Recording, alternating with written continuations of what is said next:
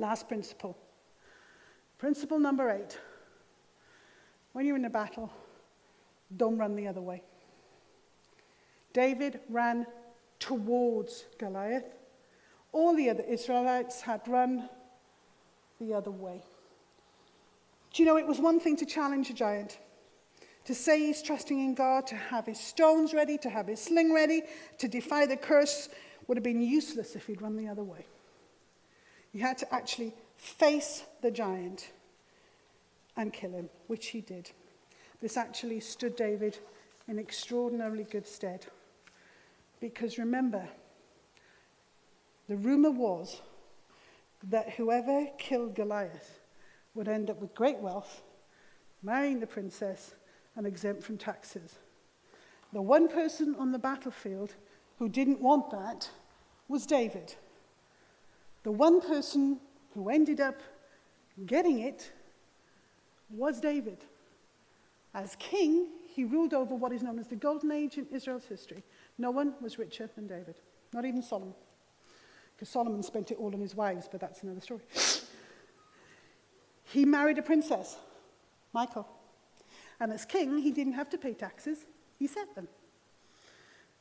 Remember, if you're not seeking reward, God will often bring it anyway. Don't run the other way.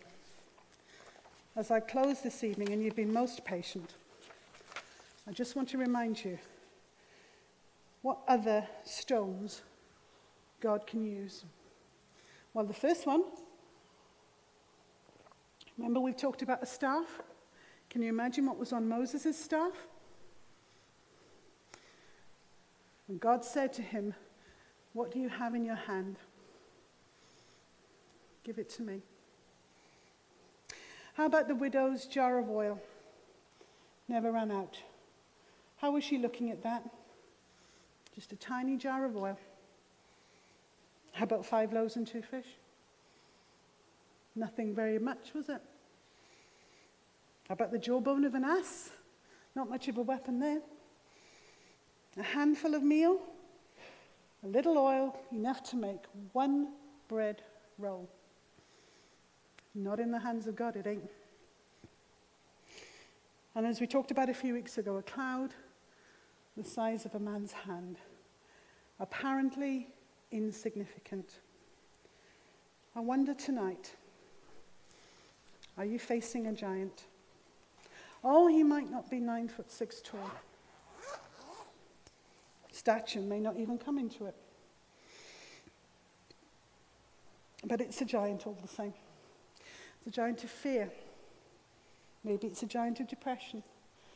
Maybe it's a giant of uncertainty, of illness in yourself, in the family, financial complications, relationships. You know, if I said to you, and don't answer me, but in your own mind, if I said, "What's your biggest giant?" I wonder what it would be.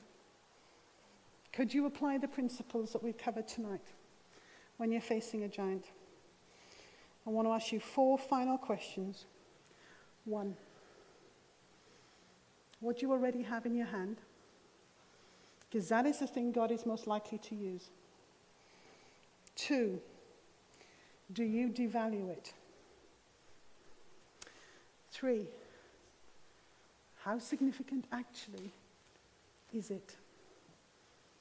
And lastly, are you prepared to put what you have already into the hand of God and say, "I'm not sure what this is, God. I don't know its significance. I'm going to try not to devalue what you've already placed there, but if I give it to you, will you help me face this giant down, knowing what it looks like, and win in your name?" There is a lovely man, a couple of us, we shouldn't admit it too freely, have gated DVDs. And a lovely man who sings on there, Mark Lowry, says this great line. Do you know, Goliath wasn't too big to hit. He was too big to miss. And we have to rethink how we see giants. They will come, But how are we going to react towards them? God puts giants in our ways, not for us to run the other way, but to win the battle.